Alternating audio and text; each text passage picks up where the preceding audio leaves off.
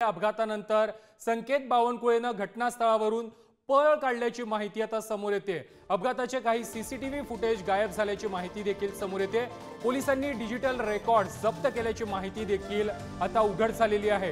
Driver Arjun Haware आणि साथीदाराच्या शरीरामध्ये alcohol सापडल्याचं देखील अहवालातून स्पष्ट होतंय।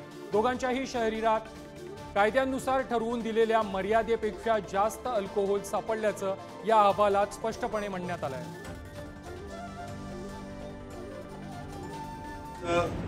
जे काही वक्तव्य आहे त्यातून पोलीस इन्क्वायरीवर प्रेशर येणार नाही। मी इमानदारीने सांगतो, मी कधी पोलिसांना फोन केला नाही। एकदा फक्त माहिती घेतली काय घटना झाली आहे नेमकी।